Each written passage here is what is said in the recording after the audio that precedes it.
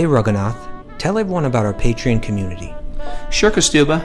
The Wisdom of the Sages Patreon community is an incredible online yoga resource. If you like the type of yoga wisdom and culture we share on the show, then our Patreon community is a great next step. This is a listener-supported podcast, and any level of sponsorship will unlock a wide range of live and archived classes, talks, and even workshops. Raghunath teaches, I teach, and we have a host of other excellent teachers on topics ranging from yoga philosophy, asana classes, storytelling, Ayurveda, kirtan, cooking, meditation, and a lot more. We even have an incredible online Bhakti 12-step recovery group. So if you want to check it out, go to patreon.com/wisdom of the sages. All right, let's get it on. Om Namo Bhagavate Vasudevaya. Om Namo Bhagavate Vasudevaya. Om Namo Bhagavate Vasudevaya.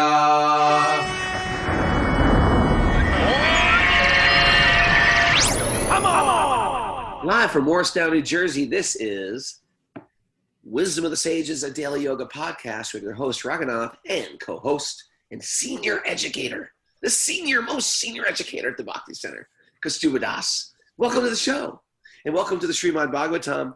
The Srimad Bhagavatam is the preeminent book on yogic wisdom. Lots of books out there. It's the preeminent one, where we excavate yogic teachings and make them practical and relevant in contemporary life.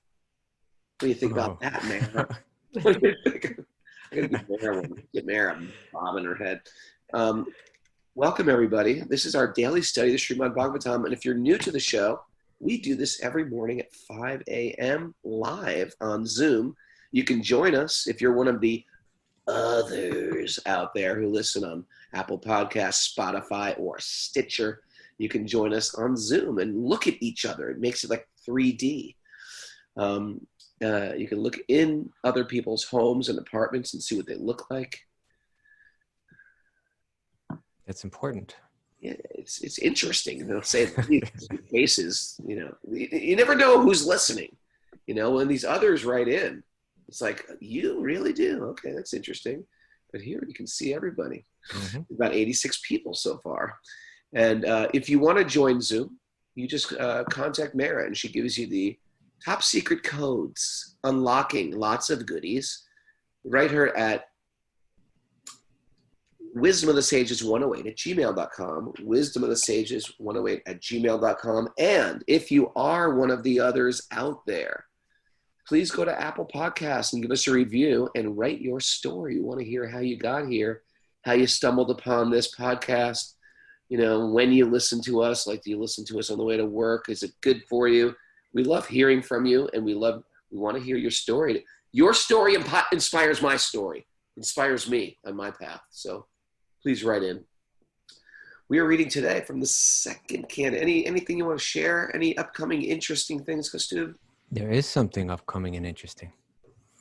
You know what Tuesday is? This upcoming Tuesday? Tuesday is the day of Mars. Right? Is it? Okay. Tuesday, Mars? I'm not saying any Tuesday, but I'm saying this particular Tuesday. Okay. This particular Tuesday is the Bhadra Purnima. The auspicious full moon? Yeah, but this one, in Srimad Bhagavatam, 12th canto, text 13. It's a godasa. Oh, I'm sorry, 12th canto, 13th chapter, text 13. It's got grains in it. My mushroom coffee. Okay, forget it. Oh, you want to mention that today's Ekadashi? Today's Ekadashi. It's a That's special day. We don't eat grains or beans. Sorry to jump in on that. I'm drinking grain. I might have been drinking grains as I said that. Okay. Next Tuesday is the Bhadra Purnima. Purnima means the full moon month, and so this is the full moon month the full moon day, and Bhadra is the particular month. And Bhadra is the month. So on this day, which occurs once a year, Srimad Bhagavatam says, Sutta Goswami in the Srimad Bhagavatam says that if on this day one gives a gift of the Srimad Bhagavatam, they attain the supreme transcendental destination. Oh, so if you ever want to give a gift of the Srimad Bhagavatam to somebody, This is the time to do it. I already have one, but thanks for thinking. Okay. This is the day. This is the day to give the gift of the Srimad Bhagavatam. And so, you know, we in the past we've kind of hooked everybody up with the New York Harinam team, who if you want, they can facilitate that distribution of books. So we're going to bring them back on the show next Tuesday. That's good. But if you can think of a person that you would like to give a gift, I think a set of Bhagavatams, like the whole set, costs about $275. Right, it's like a big set. You can actually see it. Raghunath is right behind Raghunath. Like the whole set is right there, right? Near Bob Healy's office. Yeah, so it's like if you give this as a gift to someone, they're kind of blown away. It's like a massive thing, Like an right? encyclopedia. Yeah, and but if you want to give it to someone on that day, we'll bring them in. Me and Kaustubha personally will bring them to your house. But you can give it as a gift. So we'll be bringing them on. But think about someone, if you want to do that, it's a nice, very auspicious thing to do, and it's a really nice gift to give to someone. So we'll bring them on, and we'll see if Wisdom of the Sages can kind of pump it up and see if we can pump it up. Let's pump it up. Let's make this the biggest Bhadra Purnima ever. Yeah. Okay, so that's one thing. I don't know. You got anything else? Said my wife was rather shocked when the full set showed up at my home. I told her a few books were coming in the mail. Move the World Book Encyclopedia. Get rid of the World Book Encyclopedia. We're installing the Srimad. It's like an altar. It's like having an altar in your house. It is. It's very auspicious to have in your home. Yeah. And you can get lost in it. You can just sit there and read it all day. Mm-hmm. Okay, let's get into the Srimad Bhagavatam right now. All right. Let's get lost in it. Yeah. Oh, and by the way, tomorrow's question day. You get to sleep in Saturday, right? Today's Friday, Saturday.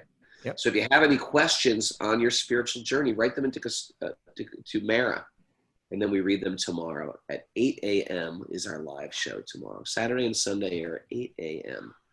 And same address, Wisdom of the Sages, 108@gmail.com. Okay.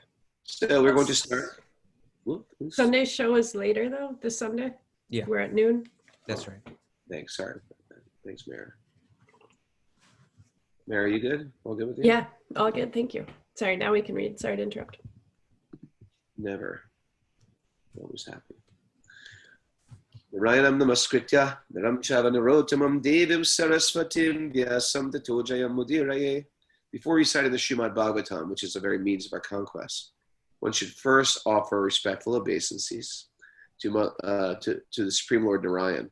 Unto Narayan Rishi, the supermost human being, unto Mother Saraswati, the goddess of learning, and to Sri Vyasadeva, the author. Nasta prayeshva badreshu nityam bhagavat sevaya bhagavati uttama shloke bhaktir bhavati naishtiki. By regular attendance in classes on the Bhagavatam, and by rendering service to the pure devotee, all that is troublesome to the heart is almost completely destroyed. And loving service to the personality of Godhead, who is praised with transcendental songs, is established as an irrevocable fact. We're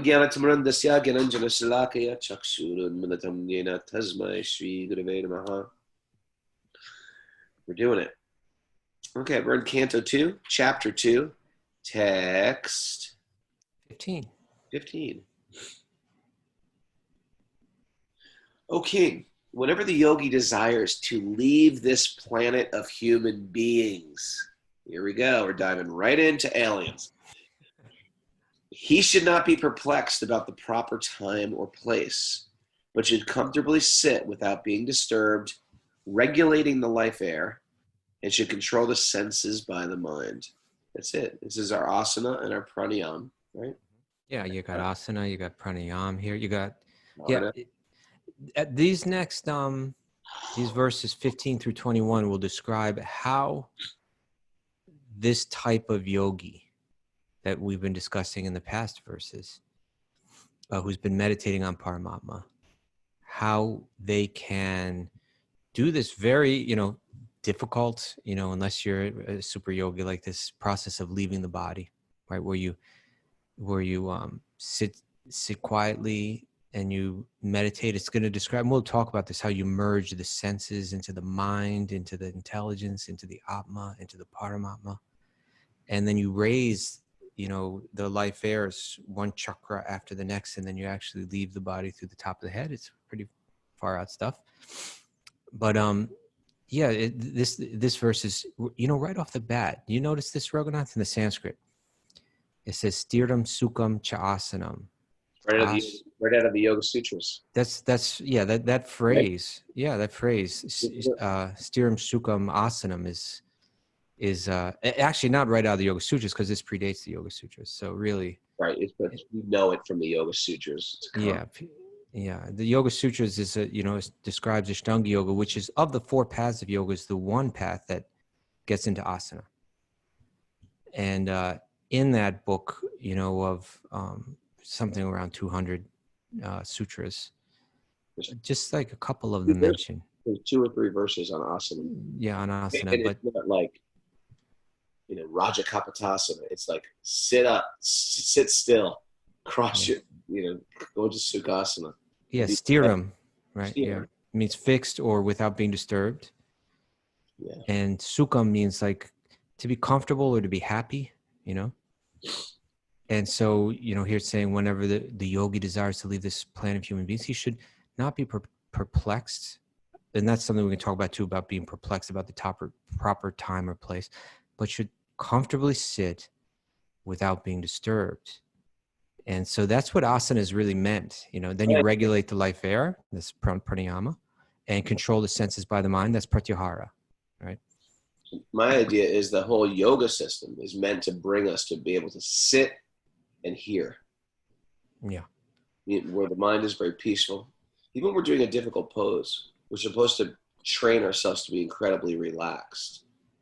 So when we sit in these poses like Gomukhasana, Sukhasana, Swastikasana, Padmasana, it's meant to just to hold the body and therapeutically hold the body, so the blood is still circulating, and there's something, so we're not just dozing off and going to tamas, and that's the zoomed out version of the asana practice, is to calm the mind and steady the vrittis of the mind, so we can hear. Why? Because hearing actually transforms the mind. Yeah, so this yogi's not here. That's what we do, right? We hear, because because we can't raise the life air through the various chakras and exit our body through the top of the head. Well, I don't know about that, this dude. Okay, well, let's see you do it right now. It's different. That's what I'm saying. With the Ashtanga yogis, we don't do it. Krishna does it for us.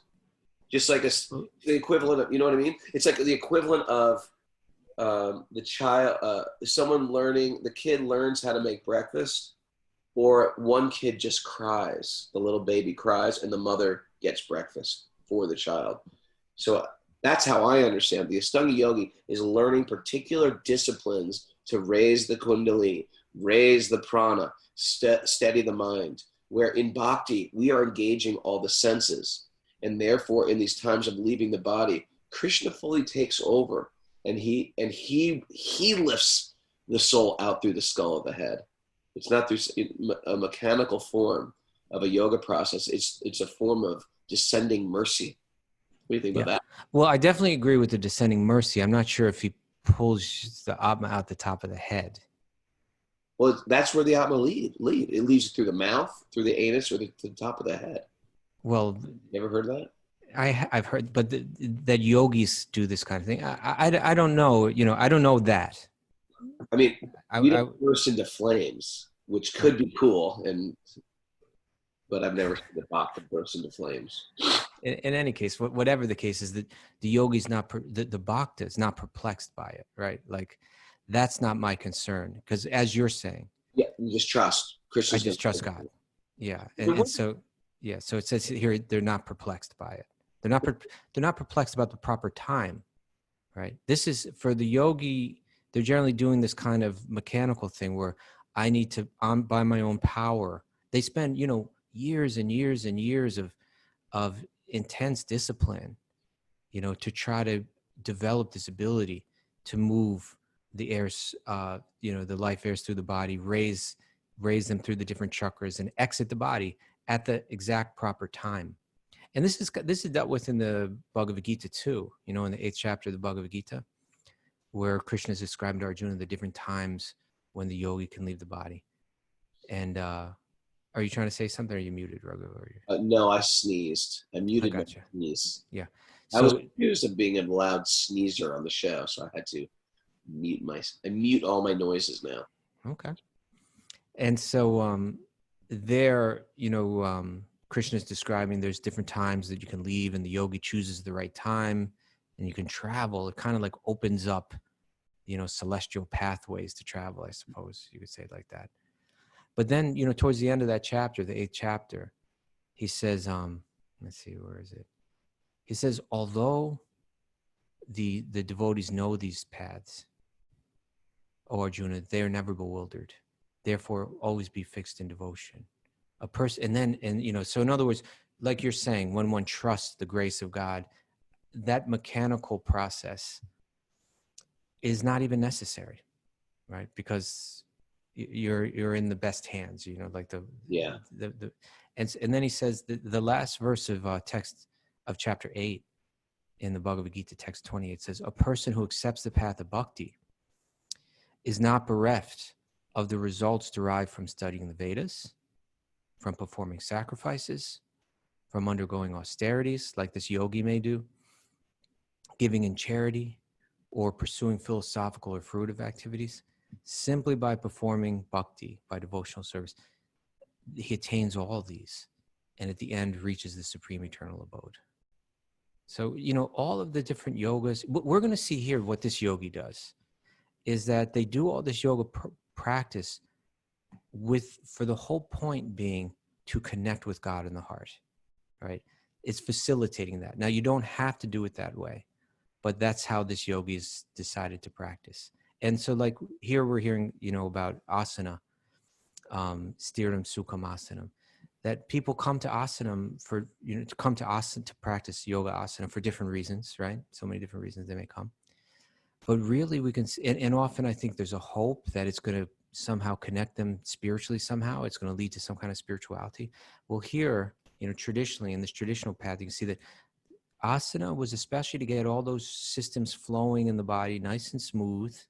The muscular system, circulatory system, respiratory system. Yeah, all of those systems. So that the mind can be very settled and peaceful and happy. And that you can sit very still without fidgeting.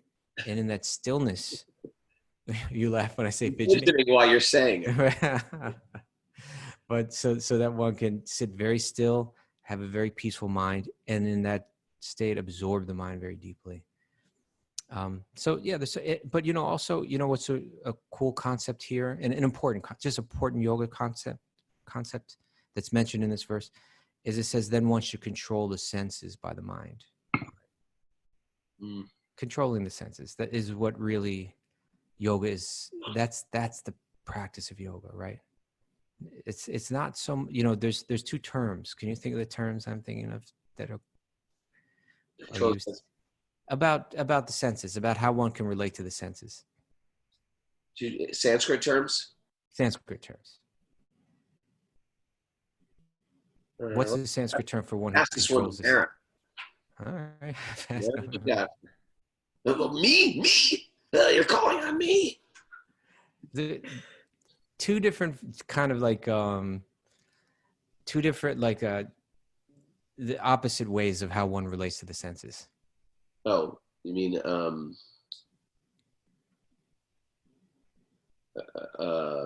Raghu's drawing a blank. Raghu's on the hot seat. I'm going here. What's the Sanskrit word for senses? Indriya. Yeah. Well, what's another one? What's this? Okay, how about Go. this? Thank you, Mara. Thank you. There we go. So, Goswami, godasa. There you go. That's what it is. Goswami, godasa. Everybody was like, We're rooting for you, But yeah, so a Goswami is one who can master the senses. And a godasa is one who becomes a servant of their senses, right? Listen, It's a prison house, servant of the senses. Yeah. It's what addiction is, truthfully. You know, it means you can't stop serving your senses, even though internally you know what I'm doing is killing me. What I'm doing is killing me. It's not good for me, and I can't stop. I've done that with like bags of potato chips. You know, Bags, multiple bags. multiple. I'm using both hands. No, the idea is that you can't stop eating. It tastes so good you can't stop eating, but you're feeling horrible. That's like, I mean, if you've never experienced a full-blown drug addiction, alcohol addiction, you can have the same addiction with food or a snack or with a video game or checking your phone. Oh, come on. Checking your phone is the most addictive thing ever. So many ways, right? So most people, the vast majority of people, are pursuing a path of godasa, right? That we misidentify it as being freedom, like I'm choosing to do what I want to do. Yeah. But the way that the yogi sees it is, no, you're just following the dictation of the senses like a slave. You've lost your freedom. I use this analogy of if you're driving your car in San Francisco down a hill and you let go of the wheel, who's driving who? The car is now driving you. So once you just sort of let go and your senses start doing all the thinking for you, you've lost freedom. You've lost freedom in the vehicle. That's why any yoga process has that beginning thing, right? You control the senses, you control the mind. Right. So if you're going down that hill, you're really not free, even though freedom comes when you actually gain control, right? When you grab that steering wheel and gain control of where the car is going to go or hit the brake. Now you're free. Now according to your own will, you can direct yourself. And so if we're following the dictations of the senses, we may think that, yeah, I'm pursuing what I want. Actually, there's just a programming within the mind that's connected to your senses, right? That's identified, this will make you happy, and you pursue that. And in the end, we find that it actually doesn't lead to happiness, but we become a slave to those senses. And so the yogi is going to become the not the godasa, the servant of the senses. Then we become Goswami. They're going to become the master of the senses. They can control the senses, and then real freedom opens up. You know, in a day like today on Ekadasi, where it's encouraged to fast, you start to see how much your senses actually own you. Like, okay, I'm supposed to do this. I know it's good for me. I even boil it down to simple health things. I should be eating less, or I'll fast till noon, or something like that. Still, the senses are like, "Oh, just come on, check what's in the fridge." It pushes me towards my passionate, my carnal self. Yeah. But Kaustubha, I also wanted to mention, like, that first thing we were talking about, how the yogi, due to intense focus and meditation, can leave at an auspicious time. Then they try to get the auspicious time, and they try to raise the life air to the skull. And how in bhakti it's done, we are more like reaching out and crying out, and we're taken care of. I tell you, that's when I had that. I always wondered about, like, how does it work in bhakti? And that when I had that beat, when me and Henry's here on the show now today, when we had that, and Paramatma, when we had that beat down where I got attacked in Buffalo, New York, I told that story on Joe Rogan. That was when I first got it. Not because I felt I was an evolved being, but I felt like the story, in very brief, in one sentence, was, we all got jumped and attacked by a gang. And in that beatdown, I was chanting. Now, I wasn't like Bhishmadev or Sukadev Goswami, who's sitting in meditation, waiting for the moon to be in the right location, the right auspicious time of day, on the right day of the week, the auspicious days of the week. And then you line up everything, and then with incredibly focused meditation, you either what's it called, Mara? Self-immolate? Spontaneous self-combustion? Spontaneous combustion! It wasn't that. I didn't do that. But so some of these yogis do that, and they leave through the skull.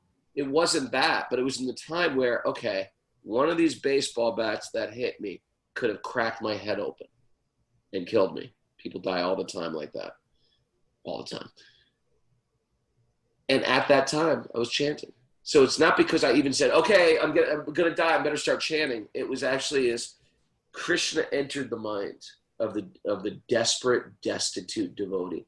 And sometimes we hear devotees die in what appears to be, materially speaking, a horrible situation.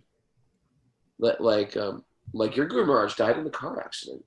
Yeah. But due to your Guru's focused dedication, Guru Bhakti, connection to Krishna, I'm completely convinced that there is no inauspiciousness for Bhakti yogis, because what appears inauspicious, Krishna's got such a divine plan for that person that he will enter the mind of that person exactly at that time.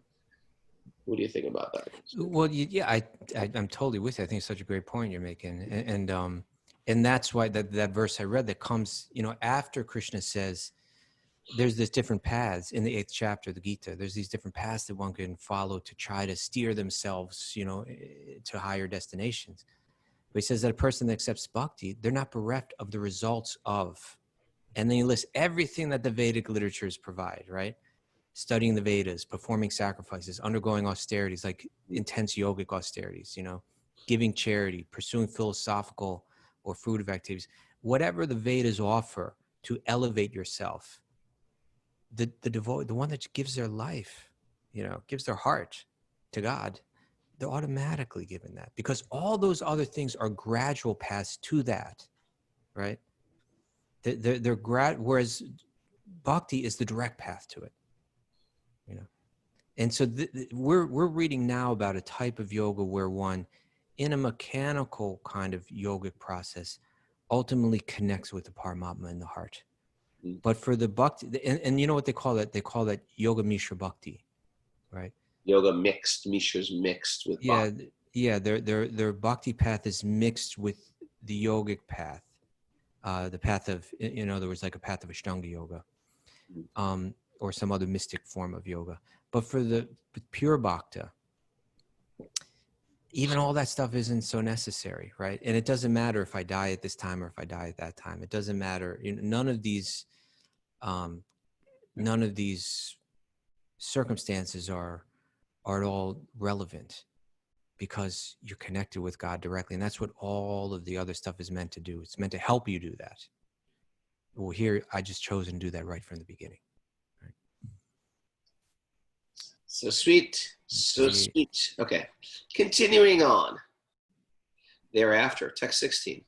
Thereafter, the yogi should merge his mind by his unalloyed intelligence into the living entity, and then merge the living entity into the super self. And by doing this, the fully satisfied living entity becomes situated in the supreme stage of satisfaction, so that he can that he ceases from all other activities. So a lot of merging into the merging into the merging. Well, yeah. So let's see what this means. What's going on here. In the previous verse, we heard that one should control the senses by the mind. There's going to be like a hierarchy, or kind of like a linear kind of thing going on here. That first you have the senses.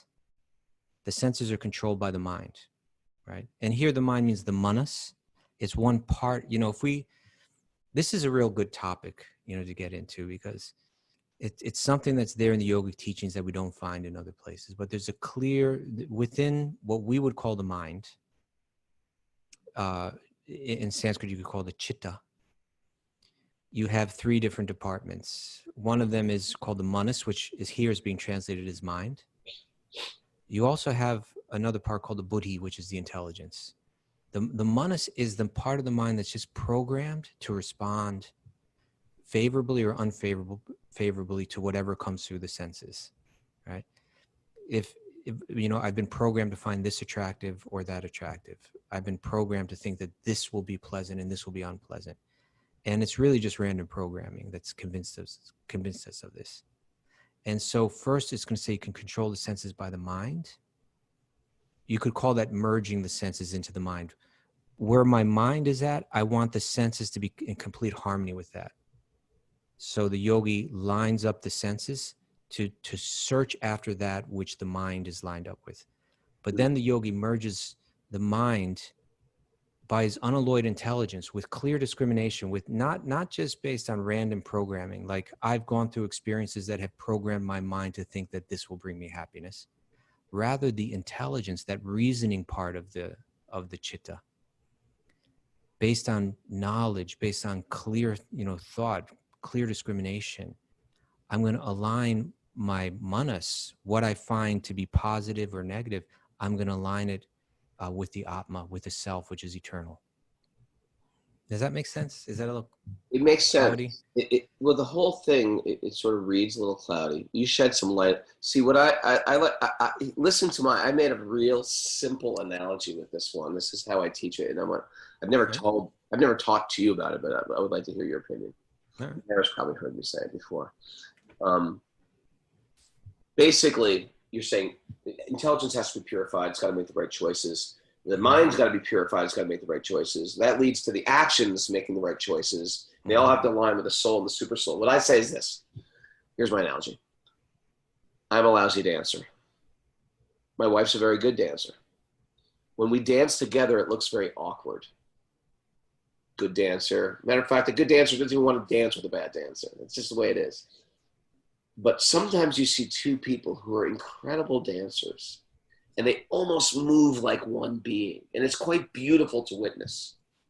So the analogy is that a person who's purified their mind and their intelligence and their senses, their external frame is moving with the super soul and the soul. Our external body is moving with our internal self, and our life becomes very beautiful and gracious and beautiful to witness. If I'm like acting on a sensual and mental platform controlled by lower passions or a disturbed mind or heart, then I'm not acting as the soul is meant to act in this world. And it becomes like a very awkward dance. What do you think about that? What did you say? What was that? You think about this. No, I like it. So you're saying there's a divine dance, but it really breaks it down to this.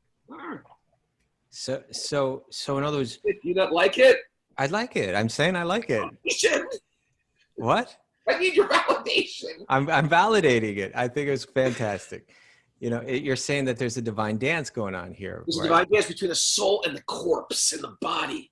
And we're trying in Bhakti, right? We're trying to speak what the soul would speak, think what the soul would think, hear what the soul would hear, behave, treat each other the way the soul would do it. So it sounds like you're talking about alignment, right? Yes. Alignment. So yoga alignment.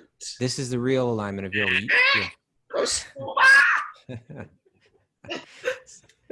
So you do a great soul. Me and Kaustubha do this great soul. Govinda Maharaj.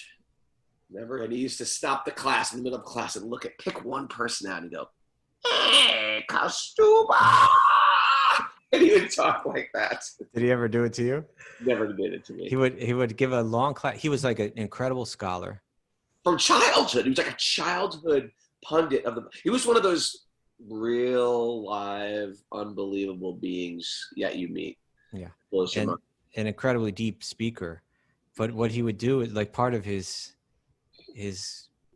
mode of giving classes, he would pick one person. Usually it was a person that was sitting right up front, like right close to him, right? And then he would just quiz put him on the hot seat the entire time. It was the whole hot seat. Yeah. But his hot seat was like really hot. It was really hot. He would go, if it was Mara, I'd be like, "Mara, are you a preacher or a cheater?"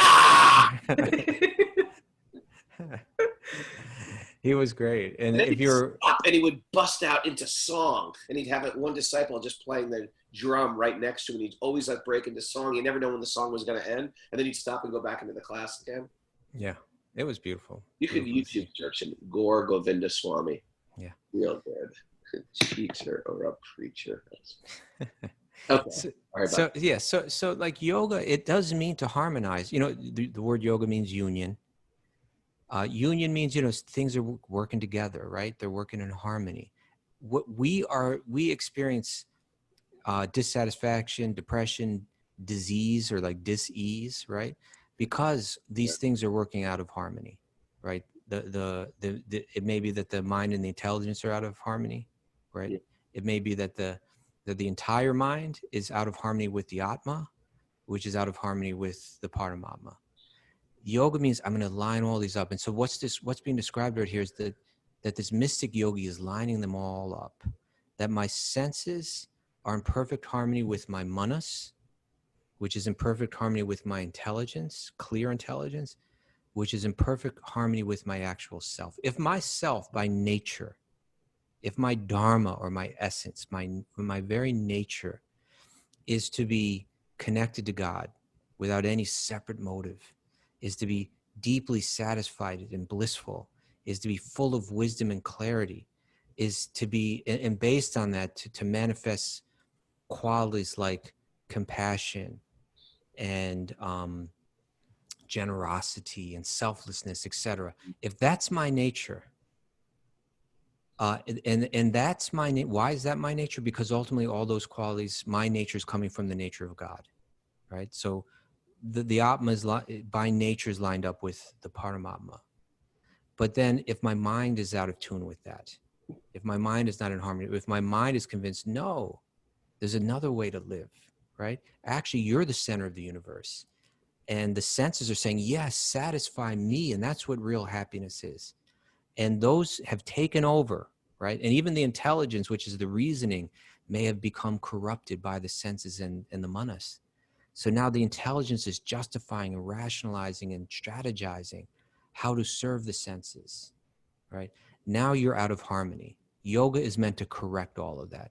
Yoga is meant to get the senses and the manas and the intelligence all lined up with the true nature of the self, completely connected and surrendered in loving harmony with the Paramatma. And then you're all lined up, right?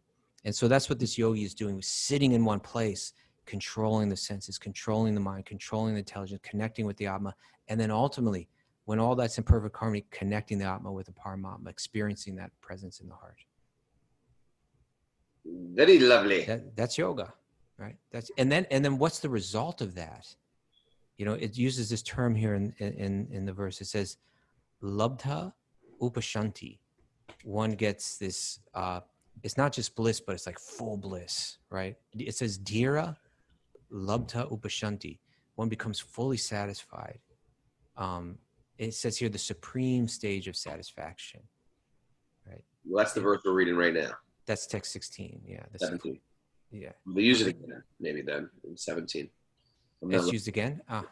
It says, okay. in that transcendental state of labdo pashanti, yeah, there is no supremacy of devastating time. Isn't that interesting? You stop time. Right. You transcend it. There is no supremacy of devastating time, which controls even the celestial demigods. One could call them aliens, who are empowered. No, but you don't have to. You don't have to call them demigods, other beings, higher beings, higher beings that fly things that are saucer-shaped. And what to speak of demigods themselves? No, is there a mode, nor is there the mode of material goodness, nor passion, nor ignorance. So these gunas, nor the false ego, nor the material causal ocean, nor material nature. You've transcended the whole material universe. You're not even of this world anymore. The beautiful dance is happening. You're in this world, but no longer of this world. Mara, imagine that state of being. Sounds amazing. Yeah, it's like when you break into your ecstatic spinning and dancing around the room. That's yeah, it's reminding me of the very last of the Yoga Sutras, right? Yoga Sutra. You got that? Yeah, I got it right here, 434. Just carries a little Yoga Sutras around with you, waiting right here. For opportunity. As a matter of fact, we're going to have Edwin Bryan as a guest sometime soon, right? Yeah. I got to look at my calendar. Edwin Bryan, that author, it's the best copy of the Yoga Sutras. The Yoga Sutras of Patanjali. by Edwin F. Bryant. He's coming out. Sometime in mid-September, I think he'll be our guest, right? Okay. At the calendar, but he's definitely doing it. So here's the very last sutra of the Yoga Sutras. I mean, there's a very, very last one, which is kind of thus ends the 4th chapter. But this 434, ultimate liberation is when the gunas, the modes of material nature, devoid of any purpose for the Purusha, return to their original latent state. In other words, when the power of consciousness is situated in its own essential nature. Right? So in other words, so here it's saying, when you've achieved that state, here it's mentioning there's no more influence of the modes of material nature, right? It says when they have no purpose. In other words, they had a purpose for you, but now that you've achieved the state of consciousness, there's no, it's like the prison has a purpose, but once you're reformed, it has no more purpose, right? And now you're free. Theoretically, that's the way prison's supposed to work, right? Yeah. So in that transcendental state of labdho pashanti, of that, shanti means like peace, but this is mean like the supreme peace or the supreme satisfaction, right? In that transcendental state, there is no supremacy of time is letting go of you. There's no supremacy of devastating time, which controls even the celestial demigods. And so that means even like the astrological influences no longer have any influence on you. And even the demigods themselves have no influence over you, nor is there the mode of material goodness, passion, or ignorance, right? All of the different, the false ego, this no longer has any control of you. Now you're actually free, right? When you learn to control your senses, control your mind, align them all, ultimately with the nature of the self and the will of God, now you've actually achieved freedom. And until you do, you're stuck. You're stuck in disharmony. I totally get this right now. Yeah. No, I was thinking, me and Mary were talking right before you jumped on about how, if a person becomes a guru before they're ready to be a guru, before they've done it's exactly the junk food for the ego. Just like there's junk food for the body. The junk food for the ego is that you are the center. You are special. You are number one. Your ego has been looking for that validation all along. And like in Bhakti culture, like if I say something smart and you say, oh, that was pretty smart, I'll say, oh, Kaustubha, by your mercy, or by my guru's mercy. In Bhakti-yogi, we always like to pass the buck. We don't like to be hounds for taking credit for things. Raghu froze at us right at the hound. Yeah. Come back. Raghu, we want to know more. Reveal the rest to us. Okay, hopefully Raghu will be back with us very soon. Okay, so we were anyway, I'm appreciating Raghu's point is that one, actually we think these things will make us happy when actually we're just kind of like fostering our illusion deeper and deeper. And so here we're hearing about this yogi that's become free. Now, again, my senses, my manas, my intelligence, my are all perfectly aligned with my true nature, and I'm perfectly aligned with the nature of God. And in that state, I've achieved this labdho pashanti, this deepest satisfaction, deepest peace. And we can move on to the next text, which is text 218. You guys vote me off the island? What happened? You go, he's back. You're talking about hound. Hound was your last word. I don't even remember what I was talking about. Something. You're talking about how if a person tries to kind of artificially adopt the role of guru without the qualification. You froze up again. Am I frozen now? No, now you're frozen? not. You're not. Okay. You're thawed out. So you're talking about how if someone artificially tries to adopt the role of a teacher or guru, a role of prestige. Okay, my point was it can drive them crazy.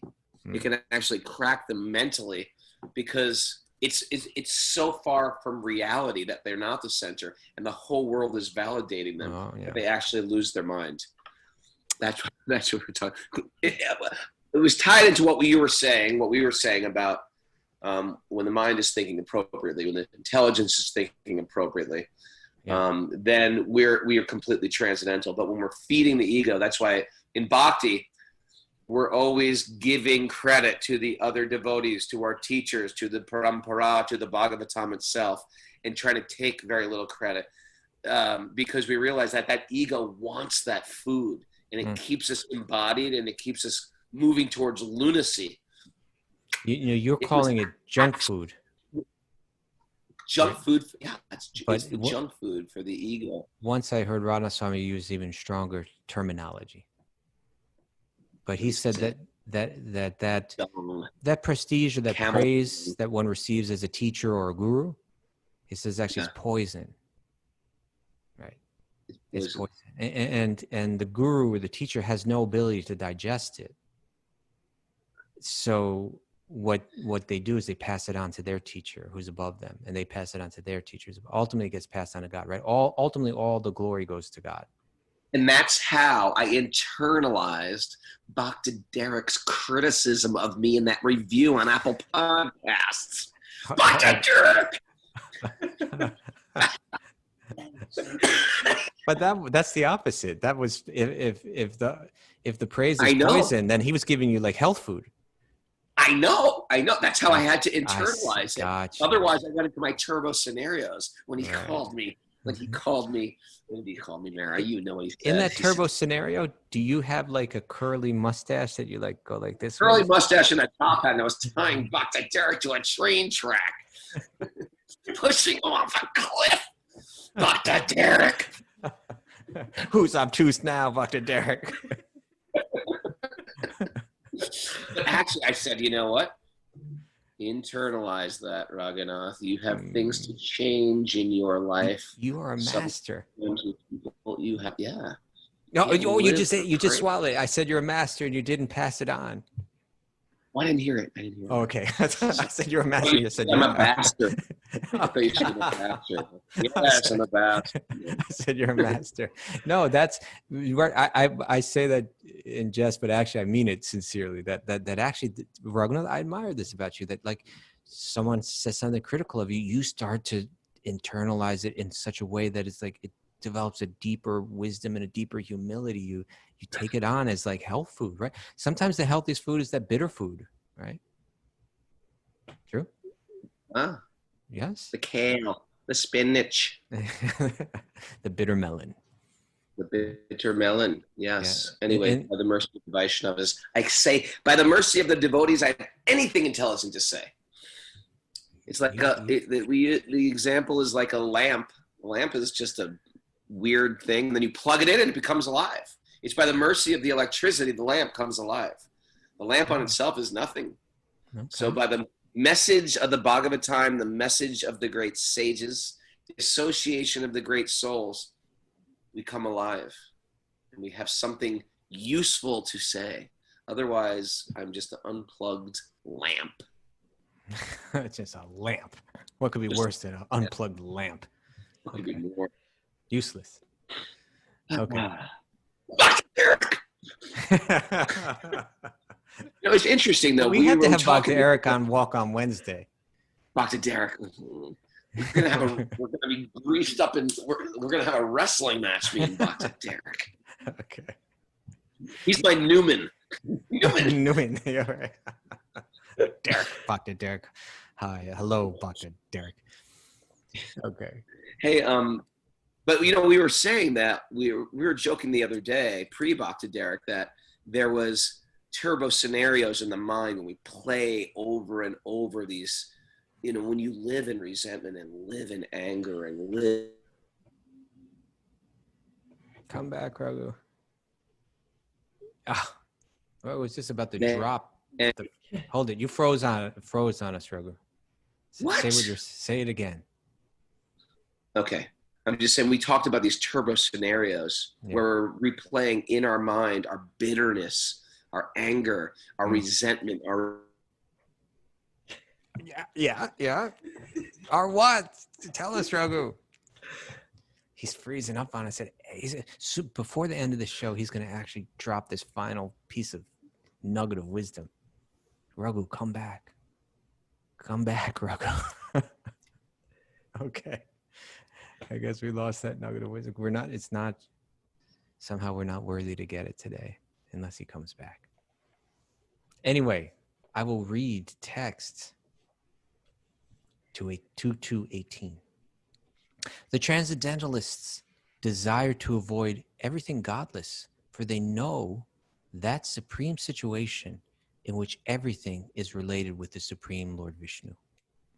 Therefore, a pure devotee who is in absolute harmony with the Lord, and that's what the previous verses have been describing, harmonizing my senses, harmonizing my manas, the impulsive mind, harmonizing the intelligence, the reasoning part of the mind, harmonizing that all with the Atma, and finally harmonizing the Atma with the Paramatma, the super solar God. Therefore, the pure devotee who is in absolute harmony with the Lord does not create perplexities. We don't complicate the life, right? We don't complicate the practice, but worships the lotus feet of the Lord, which is the very essence, at every moment, taking them into his heart. Oh, that's a beautiful verse. There's Raghu. You're back. Raghu, we've been waiting for you to drop this nugget. It hasn't dropped yet. Didn't drop? No. I explain the mysteries of the universe. I know. We're wondering if we're qualified to receive it. You want to try one more time? I was saying, yeah. We were before the cyber attack by you know who. No. Or was it Bhakti Derek? Cyber attack. We were talking about turbo scenarios, how we replay in our mind anger, resentment, revenge. And unless as bhaktas, we consciously check our mind from going there. That's the junk food for the mind. We live in resentment. We live for revenge. We live for, I will get even and show them I'm right. We play that loop over again and again. And it consumes people. And so, we're blessed to even hear that we can't go there. Can I share something slightly humiliating, Kaustubha? Oh, please. I've been going through a hard time lately. I've been going through a little bit of a hard time. I was just struggling in relationship with people, certain people. Okay. Can't say who, but certain people. But I find that due to the show, due to this show, Wisdom of the Sages, due to my preparing for the show in the evening or reading, due to my chanting or japa, due to my puja, I've created no time or no space to really harbor a resentment.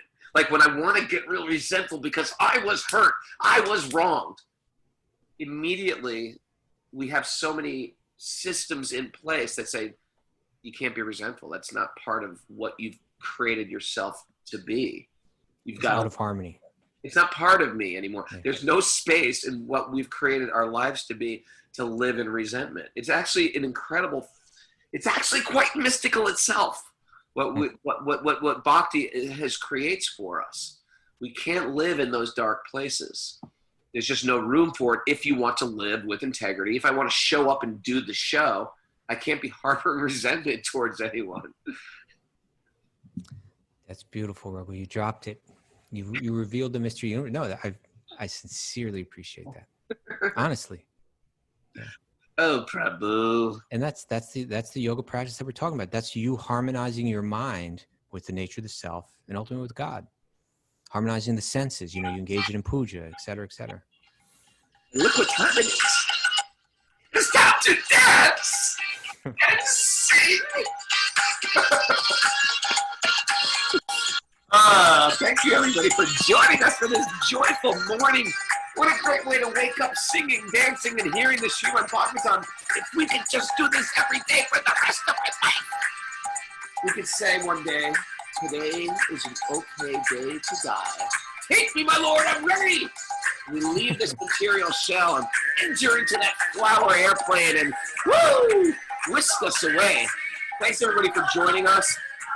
There's a lot of people that joined late that I was snooping around the Zoom page, and they're here, they're out there. And if you're I can't hear you so well over the music, Raghu. A lot of people that joined us late that I didn't say good morning to, so good morning, Kevin and Katya. and Liam Conway, and Kimberly, and Onion Garlic Ginger, and Gerta, and Jamuna Jaya. Mara, we got some yoga today. What's going on Patreon? No, but we have Luke Carmen's yoga class tomorrow. Oh, that's the dented can yoga Dented can, repair. yeah. Hands, and we have Bob Healy, our very own Bob Healy's class on the koshas. What's it called? Yoga Nidra and the koshas. Journey through the 5 bodies. That's tomorrow, Sunday at 2 p.m. Eastern time. So check that out. If you like what we're doing, this is a community-supported podcast. Join our Patreon. It's a party going on. Join our Patreon party by going to patreon.com/Wisdom of the Sages. And for any monthly donation, you get into the archives of yoga teachings, back classes, workshops, and hang out with them, and a 12-step program, a Bhakti-yogi. This is unprecedented. A Bhakti-yogi 12-step program. How wonderful. Now, let's dance and lip sync to our favorite song, or if you're in a place where you can just scream loud, that's okay too. Or even if you're in a place where you shouldn't really be singing loud, you can just sing loud. What's the worst thing that's going to happen? Your roommate, your neighbor, your friends, they'll be thinking, oh, why are they singing at this time of day so loudly?